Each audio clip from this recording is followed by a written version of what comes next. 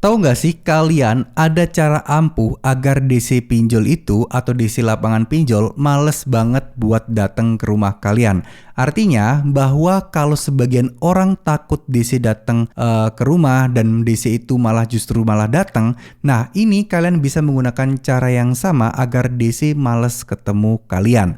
Nah, kita harus tahu dulu ya, tujuan DC datang ke rumah itu sebenarnya apa sih? Apakah ya pengen ketemu kalian, mengambil uang kalian secara langsung, secara paksa atau tidak?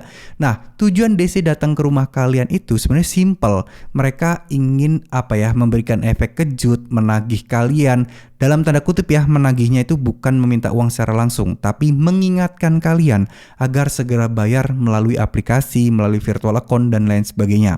Karena balik lagi, pinjol legal itu selalu mengikuti aturan OJK, di mana kalau transaksinya online ya pembayarannya harus online juga. Kalian pinjam secara online harus dibayar secara online juga, minimal dengan pembayaran melalui virtual account, bukan dari DC yang datang ke rumah teman-teman ya.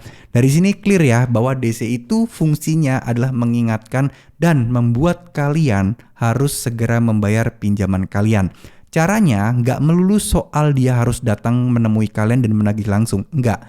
Tapi sebenarnya mereka juga males kok datang ke rumah kalian karena ya tentunya ada banyak resiko lah yang harus mereka tanggung ketika datang ke rumah seseorang atau nasabah yang gagal bayar ya. Jadi kalau kita sudah tahu tujuan mereka sebenarnya apa dan apa yang harus mereka lakukan, nah kita bisa sedikit membuat mereka itu malas datang ke rumah kita. Sebagai contoh, kalau kita terlihat tidak takut dan malah justru mengharapkan DC datang ke rumah, mereka justru akan makin malas datang ke rumah kalian. Kenapa?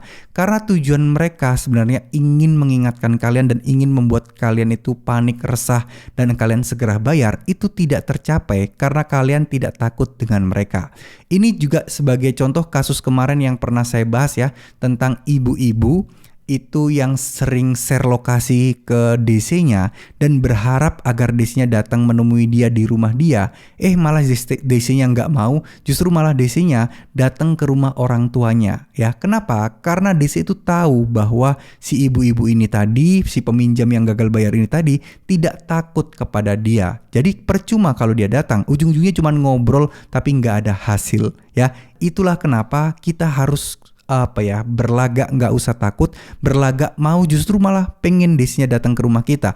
Nah, dengan begitu mereka akan mikir, wah ngapain nih mereka datang jauh-jauh ke rumah kalian. Dan tentu saja kalau mereka datang tidak akan ada hasil dan menjadi sesuatu yang sia-sia.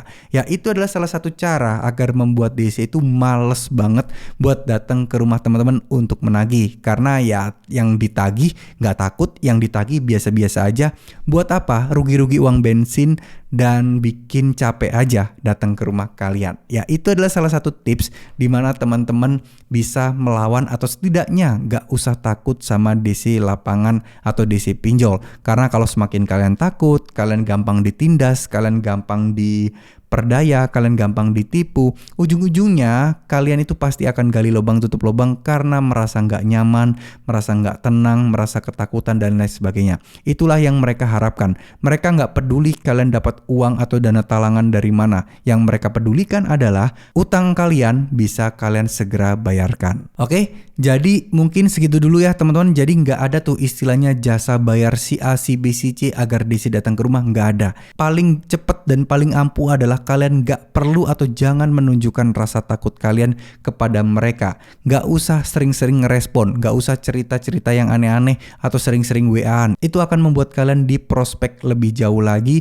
agar kalian diprioritaskan untuk didatengin ya. Kalian cukup balas sekali, kalian bilang kalian akan usahakan, udah selebihnya cukup. Gak usah cerita yang aneh-aneh, gak usah sampai kalian WA-WA-an tiap hari, jangan ya. Karena kalau semakin kalian merespon, kalian akan dianggap sebagai prioritas yang mungkin kemungkinan bayarnya lebih tinggi karena bisa diajak negosiasi ya.